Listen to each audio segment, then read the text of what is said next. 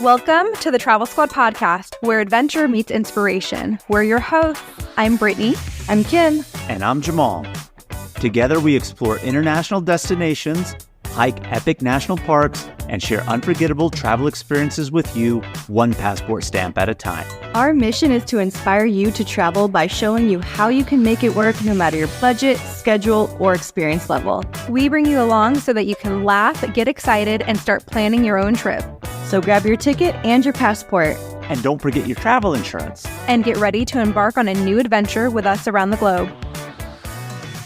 Hello, fellow travelers. Hey, squaddies. Welcome to this week's episode of the Travel Squad podcast. Today, we're taking you to Berchtesgaden, Germany, tucked away along the border with Austria in the Bavarian Alps.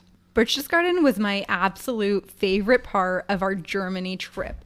You know, we had a lot of fun last week at Oktoberfest, but it was really nice to get away, be in nature, and it was such beautiful scenery. So I wasn't on this trip. I did not go to Oktoberfest with you, although I wish I was there. Explain to me what Berchtesgaden is. So Berchtesgaden is in the Alps, right? The Alps everyone knows as the famous mountain range within Europe.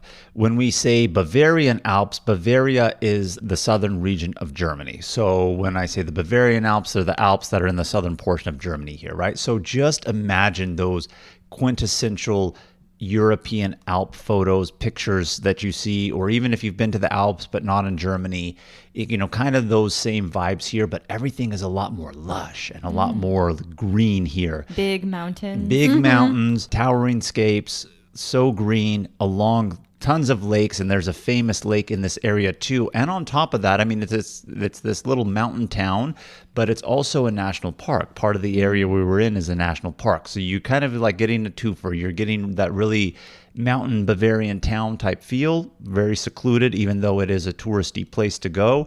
And on top of that, national park vibes because of the nature that's around there. And this Bavarian Alps area, is it the same Alps that become the Swiss Alps and the French Alps? Absolutely. Oh, I did not know that. So that's what I was saying earlier, that very famous mountain range in Europe, the Alps, this is a part of it right here. And it's a Bavarian town. Does it look like Bavarian towns do? It does, yes. There's not like a ton of hotels. There are some hotels, but like we saw a lot of Airbnb stays, but were like the traditional Bavarian like cottages, I would say. Really cute with the flowers on like the porch deck and coming out of the windows. And like if you really think you're in the stereotypical movie of what it would look like if like, oh, I'm in a mountain town in Germany, like this is exactly what it looked like here. From just the buildings, the way they carve the wood, the colors that they have, the wood painted trim, like Brittany was saying, like the flowers out front, the color of the green, so German. In fact, there are even cows with giant bells hanging from them that you just hear like dangling all the time. Oh my gosh. So this is the type of vibes that we had out here at Berchtesgaden. And again, just for context of where it is, it's in the southeastern portion of Germany. And like I said at the very intro, really along the border with Austria. So close, in fact, that one of the hikes that we did that we're going to talk about, where it ends at a waterfall. If we can't get there because we're at the base of the waterfall, but literally probably no more than 1,000 feet away is the border of Austria, kind of like where that trail dead ended us. That's so crazy. Really awesome. One of my favorite things about being on a trip is when you have this realization, you look around and you're literally living out a movie scene. that was exactly what it was like, especially on one of the hikes that we did, where on the hillside there's all the cows and they have the cowbells and you can hear them just jingling along. Funny.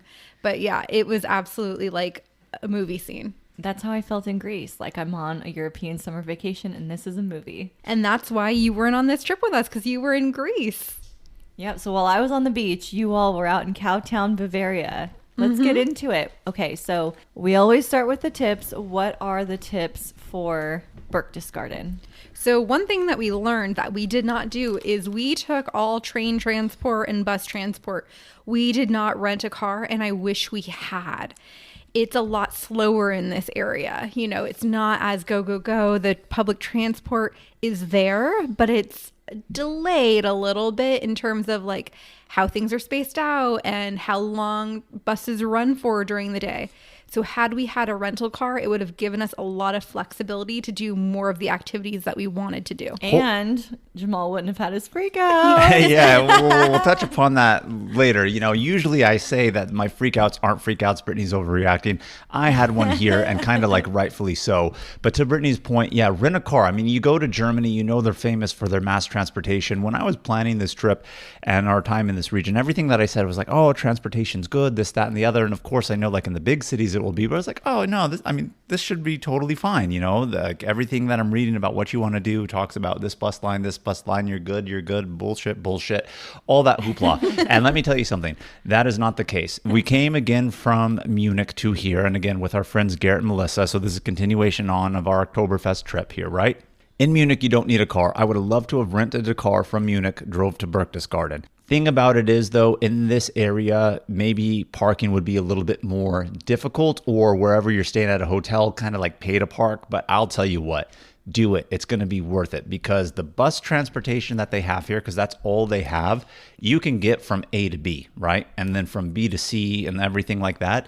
Problem is the bus routes are so sporadic in terms of like time. Like if it's going to be at a spot in one spot, maybe it's not coming back to pick up for another hour or hour and a half. And then the hub is always at the train station. So then you got to wait at the train station. So you may be able to get back to where you need to do quick, because maybe where you're at has more bus routes, but where you're going to next, because they're stopping you at the train station to catch your transfer to the next bus, maybe that's not coming for another hour and a half. A lot of wasted time. Yeah, so you could end up with a lot of wasted time. So do rent a car. Yes. And, you know, I have relied on the past on Google Maps before and using it for the public transport piece, but we had a hotel where they actually gave us a paper bus route schedule, and that was really helpful, because what you see online doesn't always match up to what is actually going on in the region. So I would recommend having that paper bus route schedule. Most of the routes only come once per hour. Sometimes the connections can be really tight.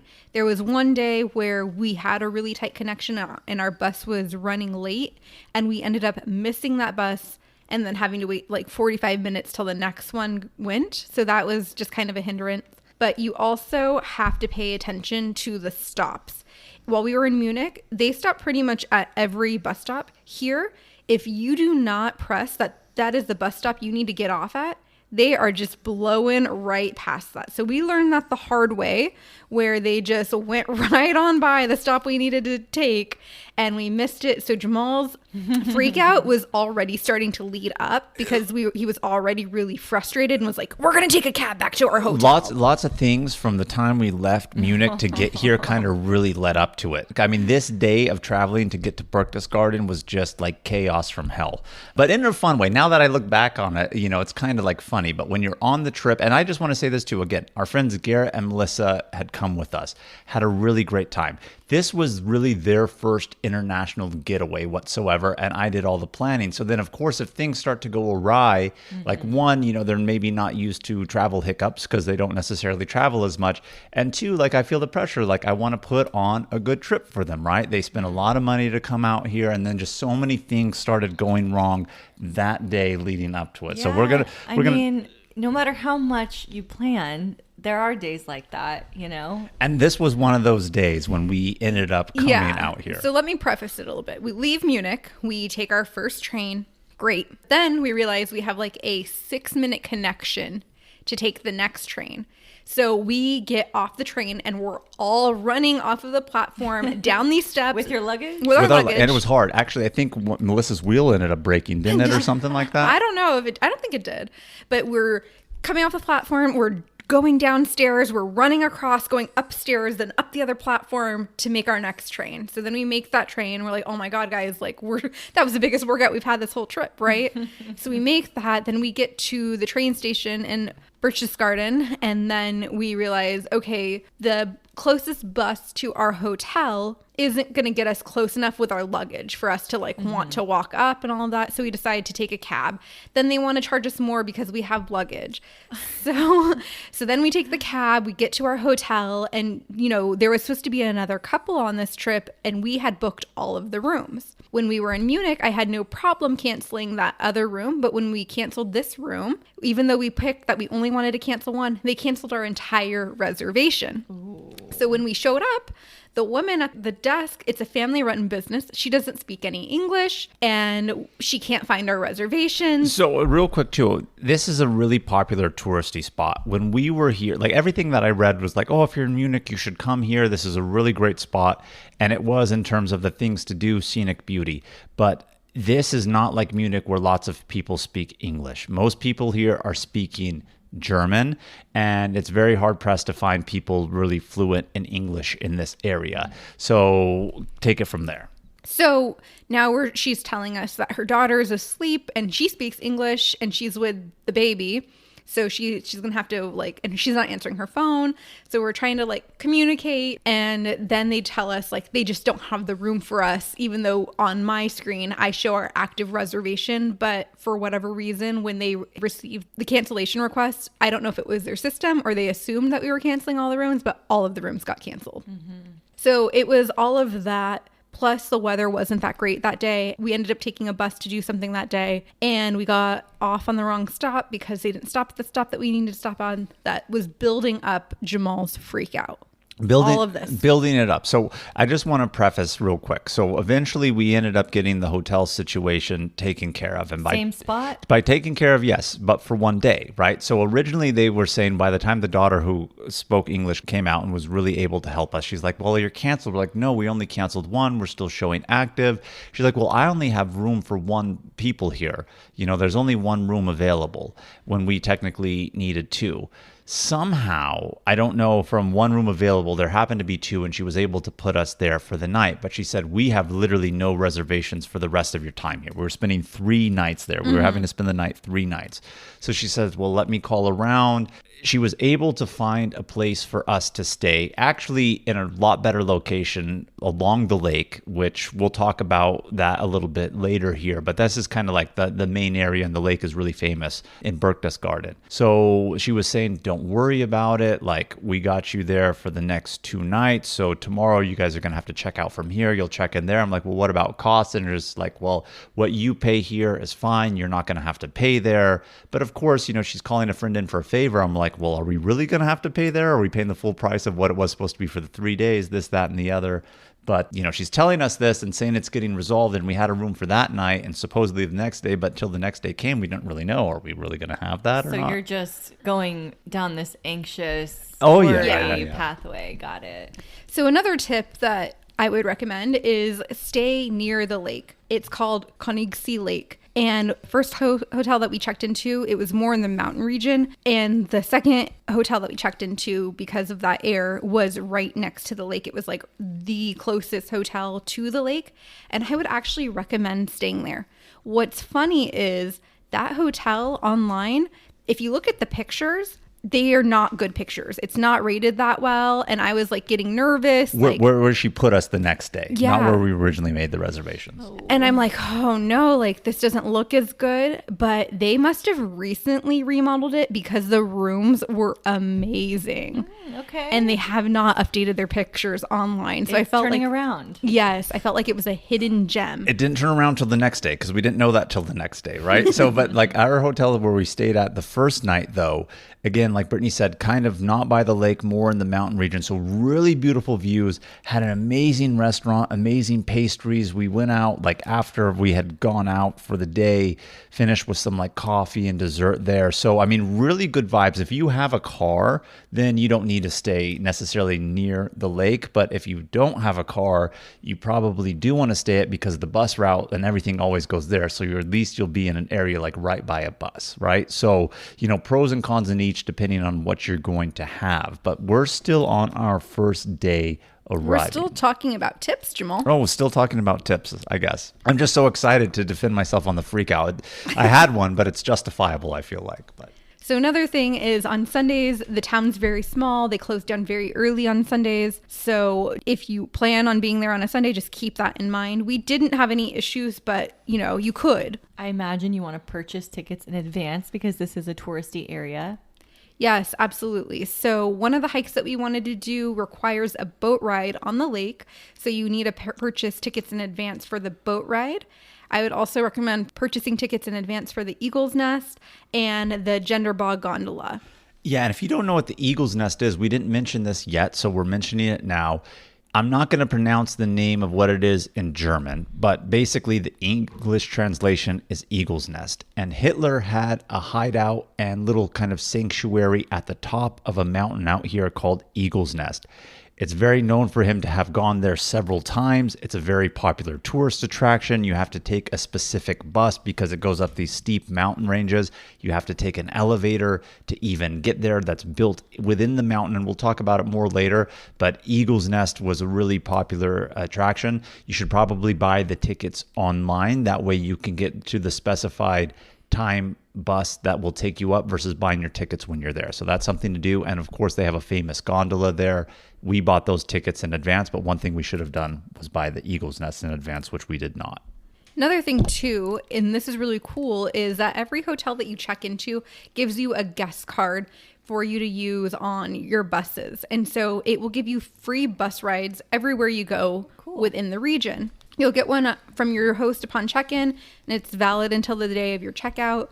You also can get discounts on excursions, museums, buses, train rides to Salzburg, so all of that. So then is it more cost advantageous to buy online early or wait for the guest card and get the discount? Well, I feel like you're getting most of the big things you're going to want to buy online because those aren't necessarily super discounted, but we didn't do any of the museums and we didn't do a ton of other excursions. I would say purchase the tickets online and then use this for the bus because I want to say the bus is $5 per person per route that you take. Wow. So you can easily spend $20 to $30 just on transportation if you didn't have this. Yeah, so if you're staying in the region, the bus card comes in handy. To your point, though, of should you wait for the discounts? What you get, like Brittany said, the only place that we bought at time of and used that card for a discount for an actual event or thing to do was Eagle's Nest. And what it gave you was a few dollars off. And I would say that few dollars that you're going to save is not worth the time that you'll save to just not have to wait in the line to buy the ticket. Then when you buy the ticket, they have timed buses that go up. So you're on a timed bus. So if you have that already in advance, you could just show up maybe 10, 15 minutes before that time. And, the amount of time you would save is more advantageous than the few dollars on that one. Okay, good to know. Also feel because it's a smaller area, cash is needed. We still needed cash in this area. There were a few spots where we could use our credit card, hotel or major restaurants. But if you're just getting street food or from little vendors and things like that, you're going to want the cash. There was a lot of street food here? Not a lot of street food, but in the area that's by the lake where they have a congregation of hotels and things like that, there are little food stands. Little food stands. One night we wanted ice cream, so the ice cream was cash only. There was a place where they made sort of crepes, and that was cash only.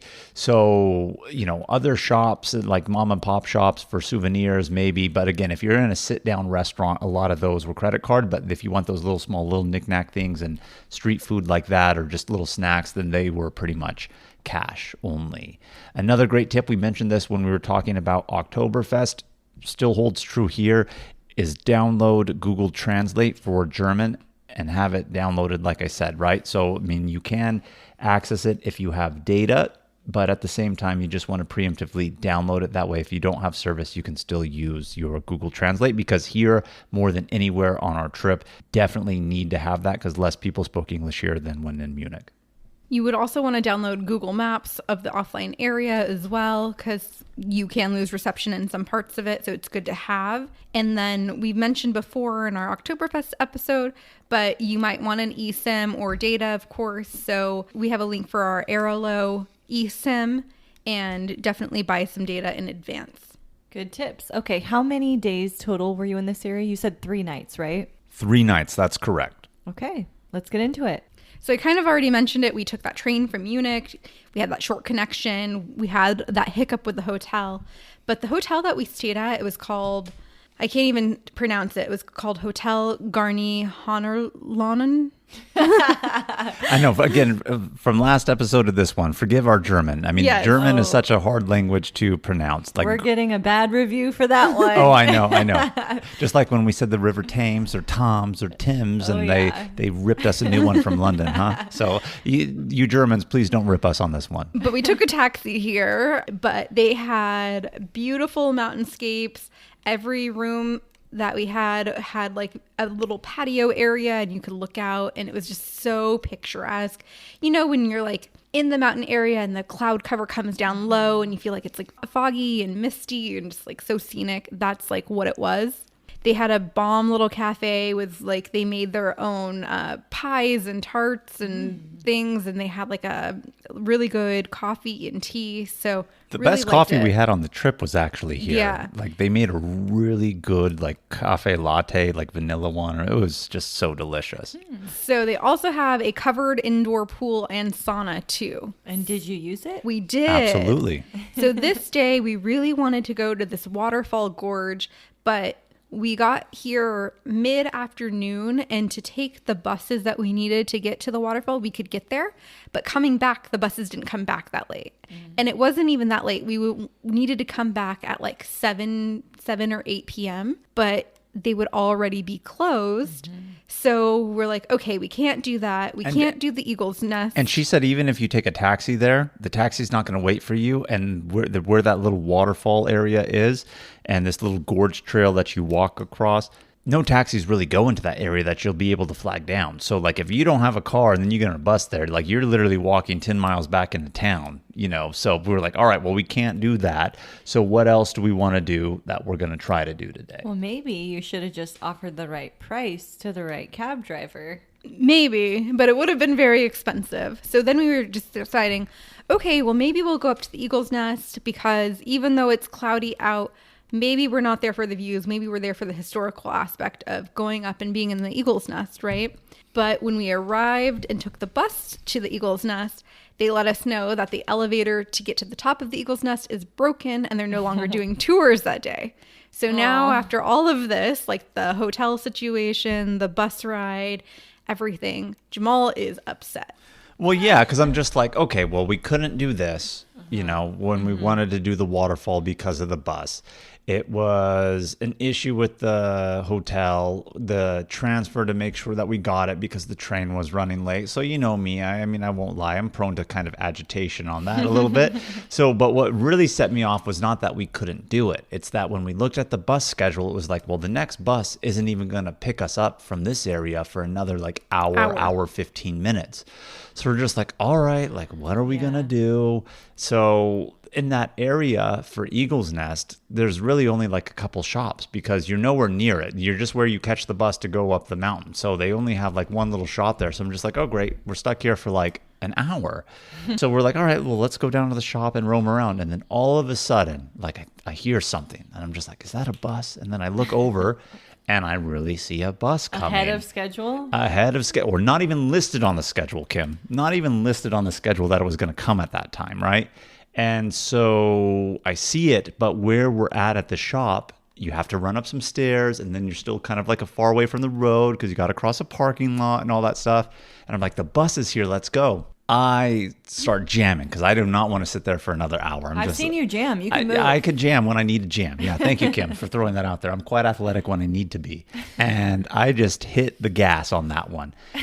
Everybody else is running, but not as fast, but that's A-okay. Because I thought, like, if I get there, of course, he's just going to wait. I make it to the bus. And I start like kind of like tapping on it. And they close the door and Jamal's like arriving. And I'm like tapping on it. And then the bus driver gives zero shits and just starts like driving off. And I'm just like, what the F, man? Like, I'm here. Like, I tapped on it. There's no way you didn't see me in the mirrors. There's no way you didn't hear me like tapping. Yeah, he just gave zero fucks on that and just drove off. And I was just like, great. Well, the next one's not going to be in another hour, like right now. So then I just got like so pissed. I had my water bottle in my hand. I just freaking chucked that. I'm just like, God, not at the bus. But like, the window. Yeah, but like where it was at was like the parking lot was down below, and I just like threw it because I was just so pissed.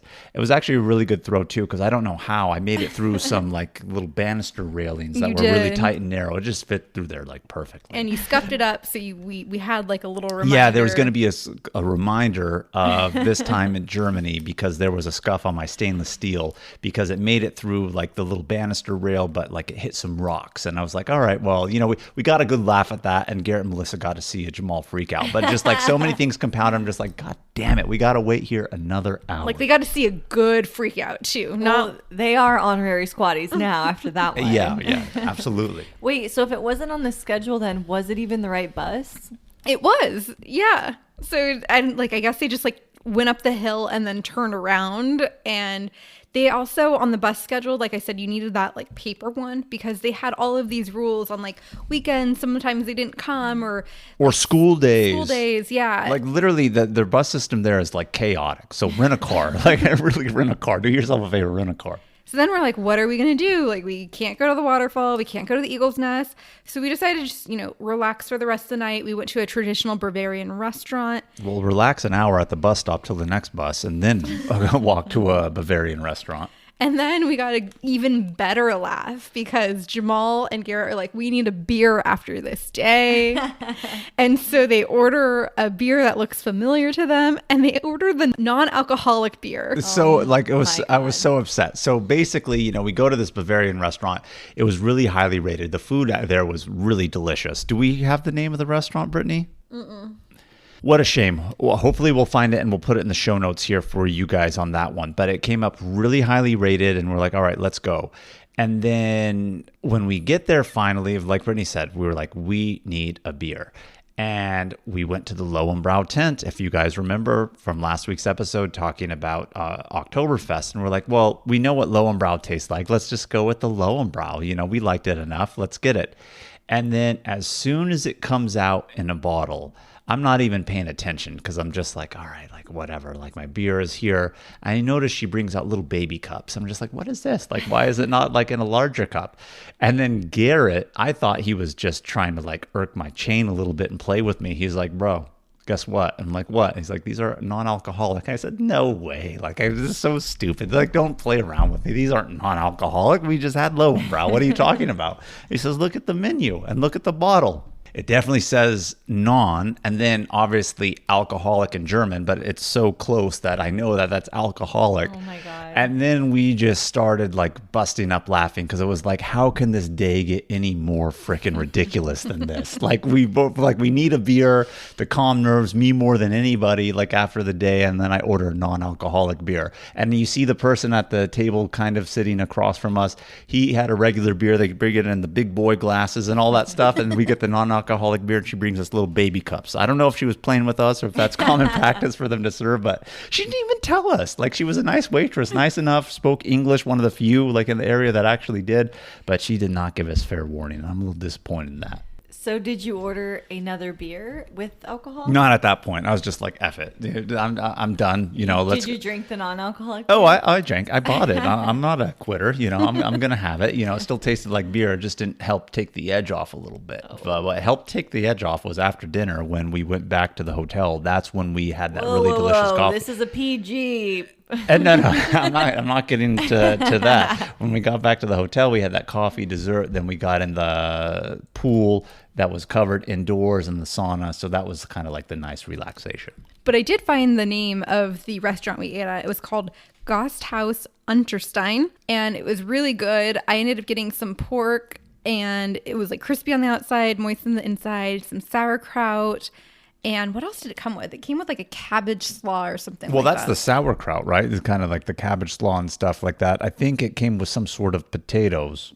Okay, well, it was or mashed delicious. Potatoes. Yeah, it was super, super good. Again, like I said in last week's episode, heavy. You're right. German food is heavy, had a nice gravy to it, but flavor profile, absolutely delicious. Mm-hmm. And then we went to the pool and sauna. The pool's covered. It wasn't super heated, but it wasn't cold. But the sauna was really nice to get into. We laid in the sauna a little bit, warmed up. But I think we mentioned in last week's episode that we did get sick at Oktoberfest. And this is like the first day I really started to feel it. So it was just nice to like kind of take the rest of the evening at leisure. But again, I'm not a quitter. So the next day we had some hiking to do. So on Sunday, we started the morning with a breakfast buffet at the hotel. And it was really good because, like I said, they had their own little pastry shop in there, really good. So we were expecting great things for the breakfast buffet, and it was pretty good. But I feel like a lot of European breakfast buffets are like meats and cheeses. And of course, they had a few like other savory things and items like that. But it was really good and enjoyable. It was really good. We really enjoyed the breakfast buffet here. And then we went to the national park. So we needed to, how did we get there? We ended up getting there via taxi. And so this was kind of something that we were worried about, right? Because we were supposed to check out of the hotel this day because we were supposed to get to the new hotel. And so to do our hike, we needed to take the boat ride. The boat ride to the hike is like an hour, then plus it's like an hour back. And we're just like, all right, well, we're either going to have to catch the bus or a taxi back from the lake to this hotel. Then we clearly can't take a bus. We're going to have to take another taxi again to the new hotel, move our luggage, this, that, and the other. And so I was kind of even stressed of that thought like earlier in the day yesterday at that point, right? Of like, how are we going to move our luggage? So when we woke up in the morning, the receptionist, who was also the owner who spoke English, she was like, all right, I'm just going to like help you guys out. We'll be transferring your luggage for you guys. So don't even worry about having to come back. And that was like a really big weight off of our shoulders of like, we don't have to find our transportation back here to get our luggage, to only go back to the same place that we were just coming from, because where we caught the boat is literally where our hotel was. 10 feet away, like no exaggeration, like 10 feet away. Well, you guys could have just brought your luggage to the new hotel. Things don't work like that out there. These are slower parts. The reception doesn't open until later. It wouldn't have worked out. So like it's not like you can walk in and be like, let me leave my luggage here. So again, the car rental would have been good. Yes, absolutely. We would have had a place to leave our luggage. So we take the taxi, we get to the lakefront. We're actually there probably about 30 minutes before our tour starts. And we notice that there's an earlier boat. So we asked them, hey, are we able to get on this earlier boat? And she said, absolutely, no problem. Nice. So we were able Things to do are really that. turning around today. They started turning around. Yeah. Started turning around, except for the fact that my COVID started to onset at this point in time. But, you know, we were going to be doing some hiking that day. So, and I was sick. So I made sure to put some liquid IV in my hiking backpack because it's one of my favorite travel products and it keeps me hydrated while flying, traveling, and hiking in the Bavarian Alps. We've said it before. We're going to say it again. It's full of electrolytes that hydrate you 2 times faster than water alone. We use them when we're flying, when we're feeling jet lagged after a long hike like this, or even before the hike. And especially when I'm having the onset of COVID come on, you definitely want to be hydrated. Super easy to carry and keep stocked in your hiking backpack, carry-on suitcase, day pack, or purse. Liquid IV comes in regular or sugar-free varieties and has tons of new flavors. Some of our favorites are tangerine with immune support, which you all needed on this trip. Sugar-free peach, sugar-free lemon lime. And you squatties can get 20% off your Liquid IV purchases. Just go to liquidiv.com and use our promo code TravelSquadPodcast at checkout. This episode is brought to you by Reese's Peanut Butter Cups. In breaking news, leading scientists worldwide are conducting experiments to determine if Reese's Peanut Butter Cups are the perfect combination of peanut butter and chocolate. However, it appears the study was inconclusive, as the scientists couldn't help but eat all the Reese's. Because when you want something sweet, you can't do better than Reese's. Find Reese's now at a store near you.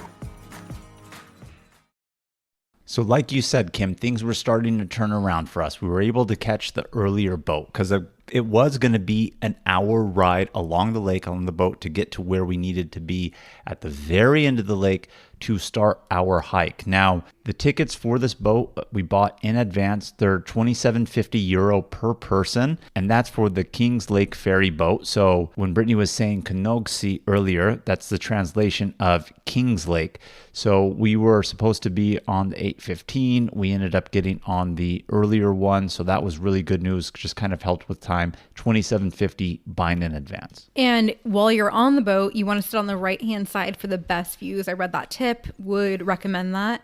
We got to the dock really early in the morning, and it's so pretty with this beautiful morning fog right over the lake, just above the water. No one was really there yet, so really good picture spot. Along the ride, unfortunately, they only narrate it in German, so we had no idea what they were saying about the region, but it was a nice ride. But they did stop in the middle of the lake. They did this little demonstration on the acoustics. The captain came out, he played the trumpet, and you could hear the echo back of what he had just played. Oh, that's so cool. It was really cool, and it was also really funny because then at one point Garrett looked at us and he's like, I really thought somebody was playing back to us for a moment. He didn't realize it was the echo because he kind of stopped in front of the church. So there's multiple stops along this lake, and this lake is long and narrow. And when I say long and narrow, to each side of the lake is just sweeping mountains, thousands of feet up, right? So like you're literally just kind of in this narrow inlet of the lake. So beautiful. But at one point in the middle of the lake, there's this one church called St. Bartholomew. And we were kind of in that area. So I think Garrett thought like, oh yeah, the sound is just coming back. Somebody's playing it from the church, but it really was the echo. And so that was a cool little demonstration to see. But really the scenic beauty along that in the morning, and just kind of with that eeriness of cloud cover before the skies start to clear, really beautiful. I remember watching the stories when you were all there, and you could hear the trumpet playing back, even on the Instagram story. It was that loud. That's so cool. Yeah, and I would recommend doing the first one of the day, because then when we got to the trailhead, you're not fighting a lot of people. We had the trail mostly to ourselves. So we were going to do the Rothbach Waterfall. It was about a 5-mile hike. It took us about 4 hours. You can only get to that trailhead via the boat tour, and it's so beautiful. We got out, and again, you're again on this lakefront. There's restrooms there, and then you start to go up the trail and you start to hear bells, and you look over and it's the cows on the side of the hill just like grazing, and you just feel like you are in Germany, you know, like in this little European town, and it was just so amazing. It's that stereotypicalness that I told you about before, you know, just kind of like hearing the bells clank on the cows and just the color and everything. So it really gave great vibes. And this hike, the Rothbach Waterfall hike, again, I mentioned earlier, where the waterfall is, you really can't climb up it, but just like a few thousand feet behind it is honestly Austria. So in a new country, so you're tucked into this one little corner. But if you go to All Trails and look at this hike, it will tell you the appropriate mileage. But then when All Trails, they show you elevation, it showed something that was like freaking wild. Like I was just like, oh my God, like Brittany, you're choosing this. Garrett and Melissa don't hike. Like I'm a little bit like concerned a little bit. And then I read all the reviews and they're like, I don't know what All Trails is saying on this. It's like, this was no way at all as steep as like they're showing on like the little animation or anything like that. So if you happen to be in this region, want to do this and see that, I really want to attest to the fact that it's not as crazy of an elevation as All Trails shows, but it's really nice because you start at the very end of the lake. Kings Lake, it's relatively flat. You start hiking through a little area where you'll get an incline, then you reach some sort of other little lake or pond. I don't really want to call it, but then you open up into this little valley at the waterfall, and it's a good distance to the waterfall, but you just get these amazing views and it clears out, and I absolutely loved it here. Like even though I was starting to feel sick, I was just like, wow, this is like really beautiful. We probably only came across 2 other people on the way to the trail, but on the way back there was a ton of people. So going first thing in the morning to have the trail to yourself is absolutely worth it. So after the hike, we decided that we wanted to go to the church. That was the first stop that we had passed on the way over. So we get off at the church. They actually have like the church open where you can go in, check it out, but they also have a beer garden on the outside. So typical Germany, right? Beer garden at the church. But even beyond the famous church that's here, there's other hiking trails that you can take from this area, right? So this may be a stop depending on if you do your research and coming to this area to do good hikes from this stop yourself versus the one that we did at the very end of the lake.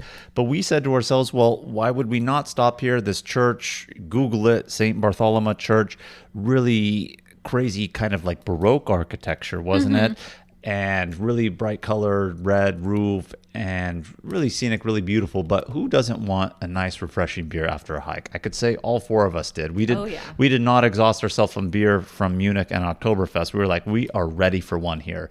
And what a cluster it was when we were here at St. Bartholoma Church. I'm really kind of like disappointed because this whole time I was like, God, this is going to be so great to have it. Why don't you tell what happened, Brittany? So everyone was super excited to have their beer, maybe get a little snack. And there's a line with this food cart and where you could get your beers. And so the woman that was manning the cart, she was taking every single order in front of us, people getting their beers and getting their like little stands to put on their table for their food. They get to Jamal and Garrett, and Jamal's like, oh, we're going to take 2 schnitzel. And she goes, no. And he goes, okay, we'll just go ahead and take 2 beers then. She goes, no. And she said, where are you seated? And Jamal and Garrett point, and she goes, they'll take your order there. Okay. So we're waiting. And literally, Garrett and I are in line for 10 minutes. At least 10 different people order in front of us. That's so all weird. of them walk away with beer. All of them either walk away with food that she has there or with a number for the table for them to bring from the kitchen to actually have if it's a more in-depth meal like the schnitzel or like whatever. Yeah. So we're like, well, why? Like, is it because we're sitting in that section? Because she asked us and she's like, well, if you're sitting there, they take orders there, right? Mm-hmm. So everybody's ordering in German, mind you, in front of us. Nobody's ordering in English. And of course, we come up and we order in English. And we're thinking to ourselves, is it because we ordered in English? Yeah. And then we leave. No one comes to take our order. We're not sitting too far from that cart. Everybody else who's ordering orders in German still walks away successfully with beer, walks away successfully with food. Oh my God. The only other people that did not was an Asian family that spoke in English also. Oh. And so I think this lady here was so hard, really discriminating, like if you didn't speak German. So eventually we sat at that table outside for 20, 30 minutes, literally waiting for a waiter to come to us. They don't. So we go up to him and he's like, you order up there. And I said, we tried to order. She told us no. And he said, I'm too busy. I don't have time to deal with this. Tell her she has to take your order.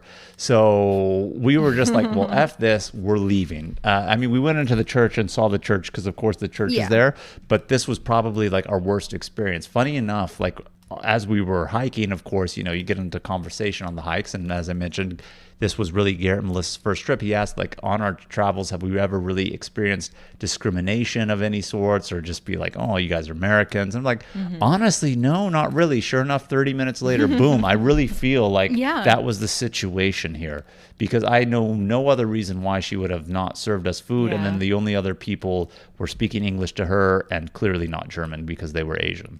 So I think that's what happened here. Wow. I don't want to say that to discourage you guys, but that's kind of a situation that happened. So we decided to go out for pizza instead. There was a spot like 2 blocks from our hotel.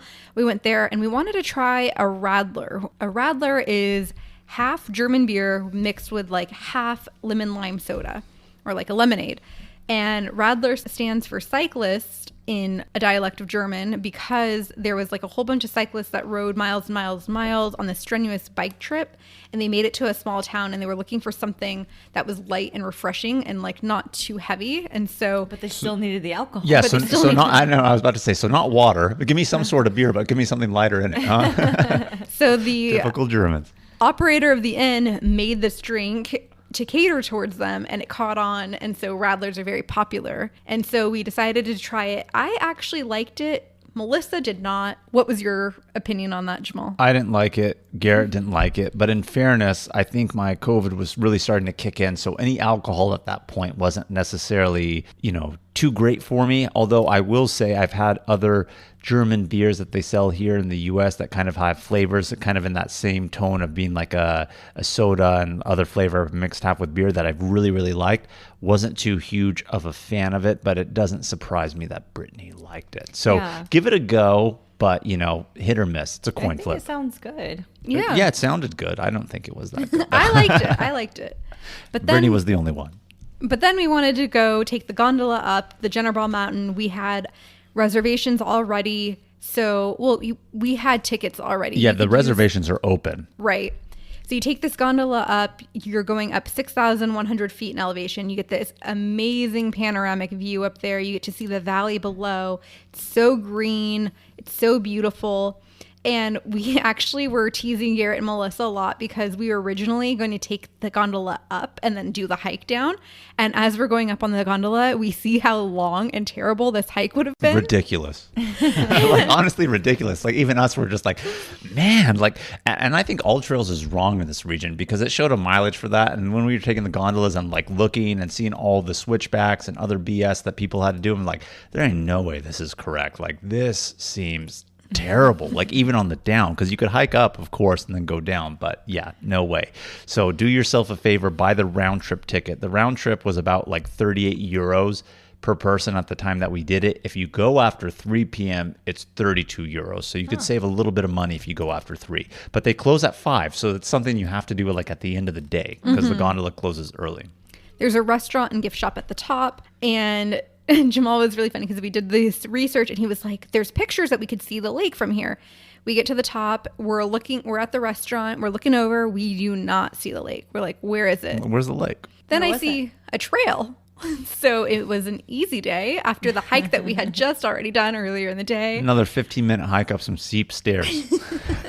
15 minutes, no big deal. It is no big deal if you haven't done a like hike earlier that day and stuff like that, or having onset COVID kick in. So I was like, I'm going to go up. You guys can stay here. You guys can stay at the restaurant. And they're like, we're going to go with you. It's fine. You know, they're like, Brittany's dragging us along. So we go to the top. We got to see lake views. It was really beautiful. Cloud cover did start to come in, so it did start to obstruct our view a little bit. But we went up, got an ornament from there. There's a little museum with some exhibits there. And then we took the gondola down and we checked into our new hotel right at the lakefront.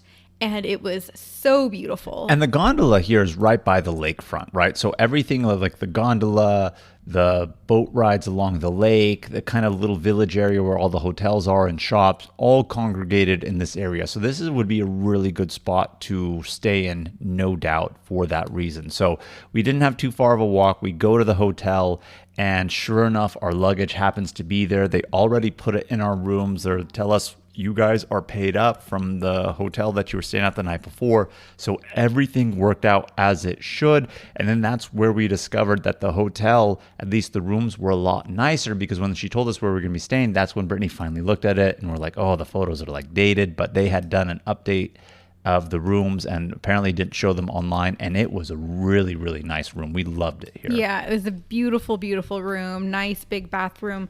They had the heated towel warmers, you know, so you could put your towel on and it warms up your towel, so when you get out of the shower, your towel's all warm. Hey, we're in the Alps. It freezes out there. You need that towel warmer. I've never heard of this. I've heard of You've towel never warming, heard- like little dryer things for your bathroom. But No, they have rack? racks that have like heat currents run through them, so you just hang it up on the Wouldn't rack. it just be warm on that one part that it touches? No, it's 'cause like a it's ring like- rung like a ladder, so it kind of goes all the way through it. Yeah. So we used that. It was really nice. The dining room of this hotel looks out to the lake, so very beautiful views. This night we decided we were cold. We had some goulash soup. It was delicious. And they had a breakfast buffet the next morning. Yeah, it was really good. You know, again, this is when I started to really feel sick.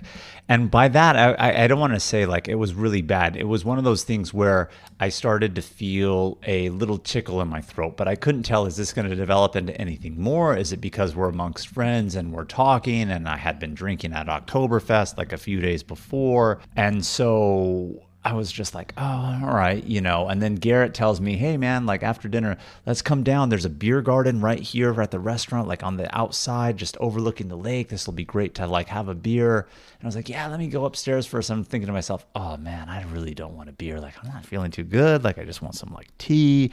So he's like, are you game? And I was like, oh, well, I'm not going to ruin this for Garrett. Yeah, I'm game. But I was like, I'm going to be down in 10 minutes. You know, I had to like psych myself up to be like, all right, I'm going to go down and get a beer. He goes down, he's like, they close at 8, but apparently they closed early. And I was like, oh, no. But deep down, so Garrett and Melissa, if you're listening to this one, sorry. I think I may have told him this too, but I was like, oh, thank God. Because I did not like want to have a beer. I was like, man, I'm like, this is when it, like in the evening is when my sickness started to really kick in of like, oh, I'm not feeling good. So we didn't get to enjoy it, but if you're at this hotel, then it's a really good spot to have a beer, especially on a summer month, you know, just out on the lake at no covering. It would be really nice. Tips like this are exactly what you can find in our travel itineraries. So I think this is a good time to mention that we have a ton of travel itineraries available on our website. We get a lot of requests to send us what we did on our trips. With these itineraries, you can get just that. And we have several international trip itineraries. Japan's a big hot one, Banff, Spain. We also have U.S. itineraries as well for Kauai, the U.S. Virgin Islands, and Utah's Mighty Five national parks. Each itinerary is a 20 to 30 page PDF instant download guide that tells you where to fly into, exact route we took, where to sleep, park entrance prices, where to eat, driving distance between attractions, the things to see and do, even the hikes we recommend, their mileage and time to allot for each, and so much more. We'll go ahead and link these itineraries in our show notes. You could also go to travelsquadpodcast.com, check them out there. And do note, we also have free itineraries for you guys to download just as well. So go ahead, click on that link, check out the ones that are available for purchase, but also check out our free itineraries for you there. And this Berchtesgaden area, we actually have one for this area as well. So on Monday, we decided to take a little break from the area and do a day trip to Salzburg. We took a bus to Austria. And again, Garrett and Melissa haven't really been out of country much, so we wanted to head off another country for them. And it's not a long drive away. It was maybe an hour or so? It was like 45 minutes to an hour via bus, Yeah. right? So again, the whole purpose of this was to knock off another country for Garrett and Melissa to go to Austria. Also, Brittany and I have been to Salzburg before when we did our Danube River cruise for our honeymoon. Which we have an episode on. We did go to Salzburg. But Brittany and I love Salzburg so much that we were like, well, let's go again, right? So it was kind of like a twofer. Let's go again. We really enjoyed it. Let's let them cross off another country since we're right there. And so we were able to take bus 840, and it's approximately €6 total with our guest card. So it's not free because, of course, you're leaving the general vicinity of Berchtesgaden, but they give you a discount for it. So we just showed our card and we're able to get €6 round trip, was it not? Yeah, round trip. Round trip versus I think it was 12 if you don't have the card. Even if you don't have the card, €12 round trip I still think is a very nominal price to get you to another country and a really cool city like Salzburg. How was the border? Was there any type of border? There's no border. No There's border, just a sign. So you're crossing between European Union countries. And when you do that, it's like crossing states. Nobody's there checking anything, right? If it wasn't another EU country, then there would be a border checkpoint. But this was just easy peasy right and through. And we were still feeling sick, but it was another easy day. We wanted to walk up the steps to get views of the city. So we did do that. But sick, were you? Like not too sick? Like 1 to 10? Not too sick. So funny enough, the only 2 times I've ever caught COVID have been on vacations and have had me do hikes while I've been on COVID. So I woke... Unconfirmed COVID both times though. But unconfirmed because I didn't have tests to test myself. I'm not out there just trying to be a super spreader or anything like that. I didn't have anything to test myself with because I'm on vacation. We didn't know we had COVID actually. Like I wouldn't have said it was necessarily COVID. It was like a cold. Yeah, any other cold. And that's what I thought too, because the first time we were in Tennessee and I was feeling sick, and then Brittany caught it later and she came home, she tested positive. When we were on this trip in Germany, like I was feeling sick. As a matter of fact, this morning on our way to Salzburg, I told Garrett and Melissa, and they're like, okay, well, what's the plan? I said, well, I'm still game for the plan to go to Salzburg. I'm just giving you fair warning. I know. I said, I'm just giving you fair warning. Like, I'm sick. Like, so if you're going to be around me, are you guys good? And they're like, oh, yeah, like, whatever. Both of them are nurses. Both of them have kids, so they know what it's like to just get sick. So they're like, all right, whatever, no problem. And again, I thought it was really a cold because all I had was a tickle in my throat. I didn't have a cough, and I just really had the sniffles, I would start to feel worse as the day went on, but when I would sleep at night and wake up in the morning, I would feel really good in the morning. So it wasn't like I felt super sick all the time. I would feel sick as I was getting later in the day. I would rest, sleep, and then feel refreshed again. Interesting. No smell or taste loss. No, none of that. That's why I wouldn't even think I had COVID. I really thought we just had a cold. I did have a cough and I did get chills 2 nights, but other than that, it was just like a normal cold and I didn't feel that bad. But anyways, continuing on with Salzburg, we decided to take the day pretty leisurely. We walk around the city, get views of the city. We were strolling around the streets, and we actually accidentally walked into a cemetery. It wasn't even like, but they're not enclosed. It's just like on the street. You just like walk along the path and you're like, oh, is this a tombstone? Yeah, it is. And then it's just a giant cemetery of like locals. I mean, the city of Salzburg, if you're unfamiliar with it, Google it. It's very famous, very picturesque. And so we really enjoyed our time here. Like I said, Brittany and I have been before, but this is a city where you just kind of stroll the city streets, see the shops. They have like an overlook area, a famous fort like at the top. We didn't go all the way to the top because we didn't want to do too much of an easy day, right? And like hike all the way to the top, but we did take the stairs some point to just get an elevated overlook of the entire city. And the first time Brittany and I had been here, we ate at a place called Mozart Cafe. And why is it called Mozart Cafe? Because this is the birthplace of Mozart. He was born in Salzburg, lived in Salzburg, maybe even died there. I'm not too sure of that. But point being, at Mozart Cafe, the first time Brittany and I were here in 2015, we had some amazing apricot dumplings. And I swear to you, Kim, we've been talking about it for the last 9 years here. I've heard about it multiple times. How good these ones are. So we're like, let's go back. We took Garrett and Melissa, and they did not disappoint. Mozart Cafe, apricot dumplings, go get it. That's Bomb. good, because sometimes you do go back to a place and it's not as good as you remember. It was really good. And you know what's nice too is Austria in general as a whole, they take their coffee very seriously. They like love coffee shops and just going in there. And you can enjoy desserts. They have a whole repertoire of desserts in there. But of course, we got the apricot dumplings since we loved it so much the first time. But just go in there, sit, enjoy a leisurely coffee. It's just a nice atmosphere. We really loved it. And it's in the old city. And what's really unique about the old city is every shop sign outside kind of illustrates what is inside. So, you know, if it's a coffee shop, they have something related to coffee on the outside. If it's a barber shop, they have like a pair of scissors and things. And that's because when this town was originally made, there was a lot of illiterate people and they couldn't read. So the signs had to be like illustrated to show what they were going in for. And they've kept that because it's a UNESCO World Heritage Site too. Interesting. Yeah, so really check out Salzburg if you're ever in Austria, or go to Germany, to Berchtesgaden, or even Munich. It's not too far away. So, I mean, we just strolled the streets. This is one of those cities where you just go into the shops, stroll the streets. It's just really nice and quaint and gives you this really unique European vibe that you really can't get a lot of other places. It's also famous if you love The Sound of Music. This is where they filmed The Sound of Music. So lots of people who love that movie come here. It's known for the Mirabell Palace and gardens. And so, of course, we saw that. But one of the things that we did after we just roamed around ourselves was we booked a free walking tour. We've talked about walking tours before. We love free walking tours. Kim, we know you love them too. And we did that. And it's also nice because, one, it's free. But when we say it's free, of course, you know you have to tip, right? So just be sure to tip your guide, especially if they put in effort and give you good knowledge on it. But you learn so many new and unique things on these. And that was the last thing we did before we caught our bus back. Yeah, she had a very nice walking tour. We went to the Mirabell Palace and Gardens. We saw a dwarf garden. We went across the Lovelock Bridge.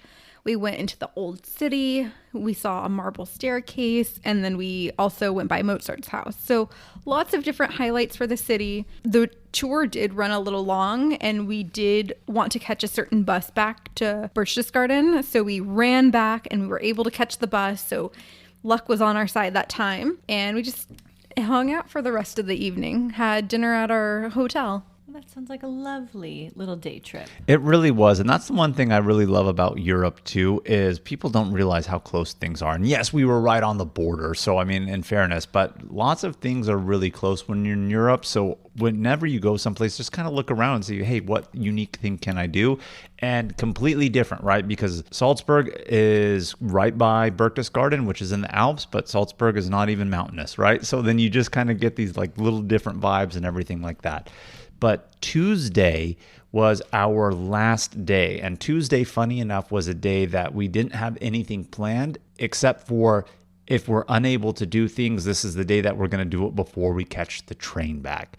And lo and behold, we weren't able to do two things. We weren't able to do Eagle's Nest on that first day because the elevator was broken. We weren't able to go to the waterfall and the little canyon trail that they have along there because of the bus situation on the first day. So this was our overflow day that we did both of those. Yeah. And you were saying, Kim, before, like, should we originally have brought our luggage to the hotel the day that we took the boat across the lake? The hotel reception didn't even open early enough for us to check out. So we wanted to be out like at like 7 a.m. They weren't going to be there till like 8 or 9. So we ended up having to leave our luggage just like by the entrance. Like literally at the front door, and having to tell the people working the breakfast buffet in the morning, hey, can you make sure reception takes this and puts it in the back? So like we left on good faith that our luggage would be there upon our return. Yeah. But we decided to take the bus to the Wimbachklamm Waterfalls, and I would highly recommend this. It took us about 45 minutes to get there by bus. You can get there sooner if you take, a taxi or have your own car. That's another thing. It sounds like with the car, it's like 12 minutes versus 45 minutes. Mm-hmm. Yeah, because you're doing all the stops. And then not only that, where we were starting from, again, I mentioned this kind of earlier in the episode, everything transits through the bus stop at the train station. So it involves transfers. And then, like we mentioned, the wait times between transfers are either very close or very long in between. So that's kind of why it takes a little bit of time. But we did that. We got there early in the morning. Where it drops you off for these waterfalls is on the main road. You have to do a little bit of a hike. I would say maybe it took about 15, 20 minutes to kind of walk up a little bit of a hill to get there. And it's an unmanned entrance, but you have to pay it, because a little bit before you get to the entrance, there are actual like electronic kiosks. I don't even know where they're getting the electricity from, but you basically buy your entrance, which is really like a specialized token that's like cut up in a certain way to fit in that will allow you to turn the turnstile. But here at the Wimbachklamm Waterfalls, you can use your guest card when you're staying at the hotel to get a little bit of a discount. I think it gave you like 50 euro cent or like €1 off, but it was really only like 350 euro, €4 to get in to it. But it's really nice because this area takes you through a sweeping canyon where there's a boardwalk along the cliff, and you just see these waterfalls as they're coming down. The rock is filled with moss. If you think back to when we were kind of in New Hampshire, not together, but when you went to New Hampshire and they had the waterfall area, Flume Gorge, it's kind of like this, but a little bit more narrow. So you could take that as a pro or a con, maybe feel it smaller, but I also felt it a little bit more intimate that way too. So I really like this area a lot. Yeah, so we actually had the whole thing to ourselves, the whole boardwalk area. So you could choose to go all the way across it and then come out and come down a dirt path, but there's nothing along the dirt path to see. So we went all the way to the end, and then we just took in the views on the way back instead of going down the dirt path. And it was really nice. Beautiful waterfalls, that moss sweeping down, the narrow gorge, watching the water come through it. It was really nice. Definitely a highlight. Jamal had told me that I might have to cut this out. And I was like, nope, we're not cutting this out. Well, it was either this or Eagle's Nest if time was too constrained. And the consensus was more people wanted to go to Eagle's Nest for the historical aspect of things. But we were able to fit this in the morning. I was like, I will make it work. We're going to make it happen. So we did. Then we took the bus back to the main train station. After waiting another hour for the bus to pick us up, by the way. So when we were done, we had to wait another hour for the bus to come pick us up from this remote area to take us to the train station to catch the next transfer to Eagle's Nest. Yes. So we finally make it to Eagle's Nest. And Jamal will tell you a little bit about the history of the Eagle's Nest. Yeah. So like I had mentioned earlier, Eagle's Nest is the English version. It's called like Kehlsteinhaus. And of course, forgive our German again. I can't help but keep saying that. But basically, Eagle's Nest was a Nazi-constructed site erected at the top of the summit here in Berchtesgaden area, atop a rocky mountain. It gives really good views of the surrounding area. It's very isolated, so it was supposed to be a retreat and also a fortress for Hitler.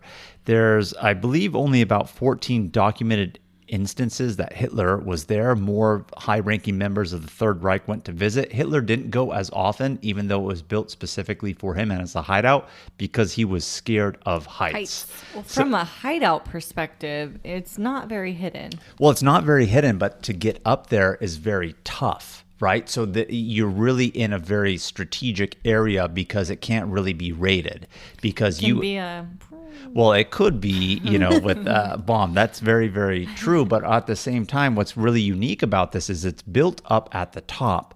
But as we kind of mentioned earlier, you have to catch an elevator to the top. That elevator is built in the center of the mountain. So it's actually still an engineering marvel to consider how they built the road, how they carved out the mountain to put that elevator in there. Even to get to the center of the mountain, there's a big long tunnel that's hollowed out for you to go through and have to walk. So it's quite an interesting thing. But of course, one of the unique things about Germany, of course, is when they talk about World War II, it's not like they pay homage to anything. As a matter of fact, they're really like embarrassed about it. So even though they know what it is, there's very few things of reference to what it was. And so now it's just really an overlooked place of the beautiful mountains, the lake, very few things to reference what it actually was. And there's a beer garden at the top. So you really go, of course, so you really go for the views and yes, maybe the historical aspect, but they don't really talk about the historical aspect up there. When I have been hearing about this place from you all,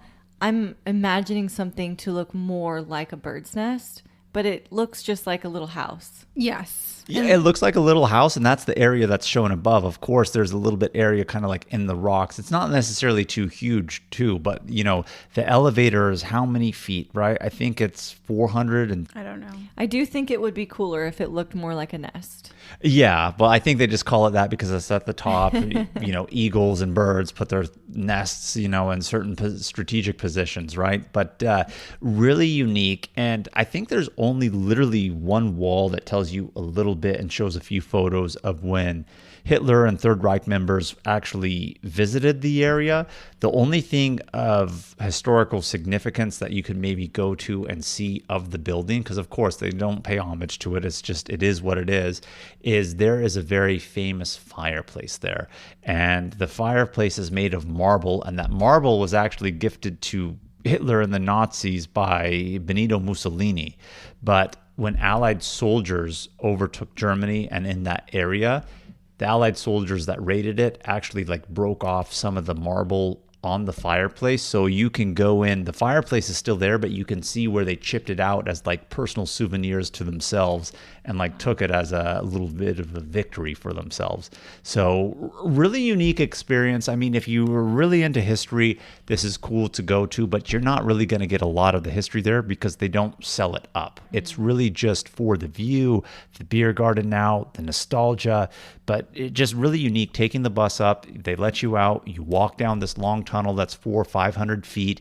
You get to an elevator that's gilded with brass and green leather. And this is the original elevator. They haven't changed it. So if you like history, of course, or even the nostalgia of Hitler himself rode into this, because there's no way to get into the building if not taking the elevator, because the road ends at the elevator, so No, you can hike up. Wait, this yes, you can elevator- hike up, but there's no road up for cars. Yeah. So yeah, you can actually skip the bus and hike up, but it'd be like a 3-hour hike to get up there. But Probably pretty strenuous too. Very strenuous too, yes. So we decided not to do that. We took the bus, of course, and we just took the elevator, but you could choose to also forego the elevator and hike the rest of the way up there too. But when you get to the top, there are really, really great views.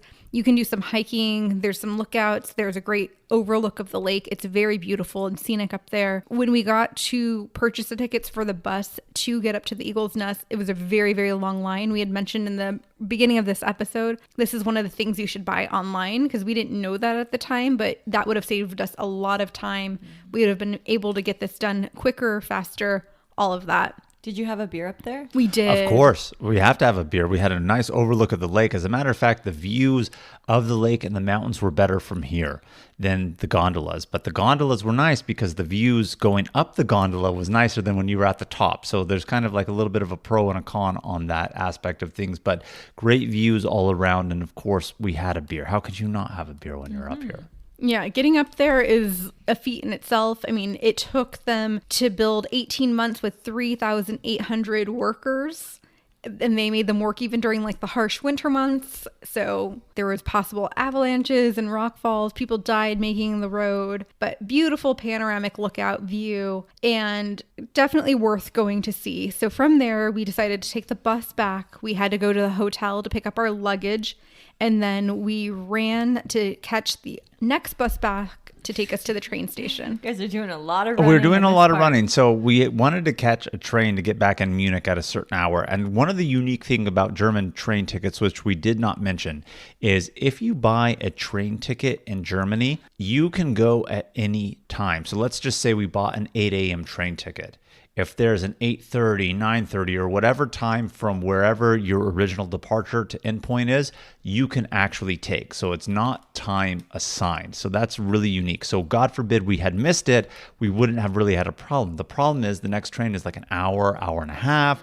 We wanted to do like one or two more things when we got into like Munich before we flew home, not the next day because we flew out the following day after that, but we just wanted to get back to Munich at a good time. And of course, didn't want to have to be at the whim of the transportation issues and the buses and all that stuff like we had been before. So we rushed. In our rush to pick up our luggage and run to the bus stop, I set down my water bottle at the reception of our final hotel and I forgot it. So I lost my water bottle that has the souvenir of my scratch on the stainless steel of when I had my freak out at Eagle's Nest. You know, I think it had some bad energy on it and it was time to let it go. It was time to let it go. That's right. And as a matter of fact, since then I've gotten actually a couple new cooler water bottles. I know that sounds stupid, cool water bottles, but they're cool to me. So I enjoy it. I see it. It is cool. Well, that one, but I also have a national park one that was gifted with stickers to complete off cool. of you, Ben. So that's what I mean by that. But all in all, you know, this was a really great experience here. I will say, though, the transportation is not what it's made out to seem like online, like easy to do. It is if you have more time and are at a leisurely pace or maybe not going to everywhere we went. But I just want to reiterate, highly recommend the car. If you take anything away from this episode, rent a car. Yes, rent a car. And on that note, it is time for questions of the week.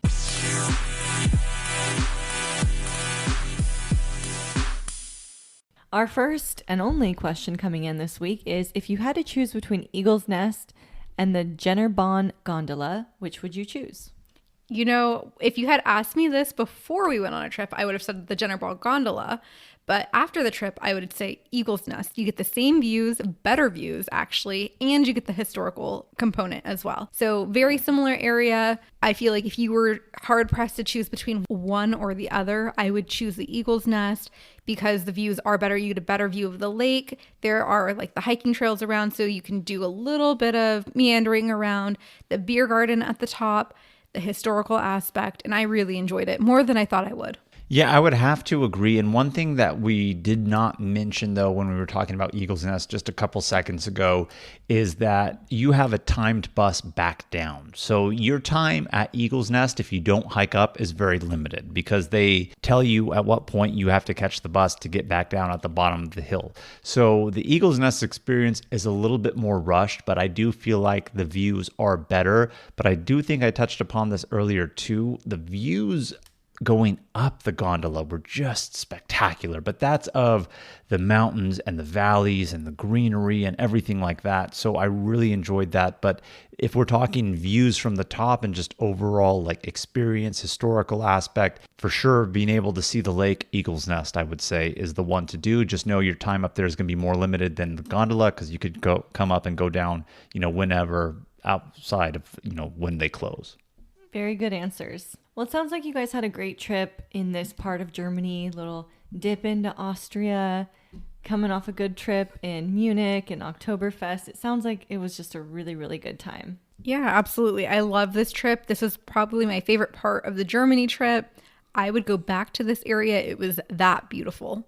And it had been a while since we had a Jamal Freakout, so I'm glad that we have a new one. Well, Jamal Freakout, that Jamal will acknowledge he had one. Like I said, I just want to acknowledge. Yeah, because Brittany over sells the freakouts when they're not really freakouts. One. This one was one, but it was a culmination of things that led to a terrible day. And well, I shouldn't say a terrible day. It was a fun day, but just, lots of things going wrong and the pressure of making a trip for people being really nice. But I had a freak out. I'll admit it. Oh, I'll admit it. I said it. I said it. I said it. I said it earlier. I'll admit it. I had it on this one. Other ones, though, so when I defend myself that I didn't have one, just remember Brittany oversells.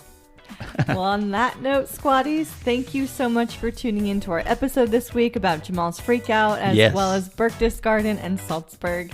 Keep the adventures going with us on all the social medias at Travel Squad Podcast, and send us in your questions of the week. If you found the information in this episode to be useful, or if you thought we were just plain funny, please be sure to share it with a friend that would enjoy it too. And as always, please subscribe, rate and review our podcast, and tune in every Travel Tuesday for new episodes. Stay tuned for next week's episode. We have more amazing adventures and tips in store for you. Bye, Bye, squatties. Bye.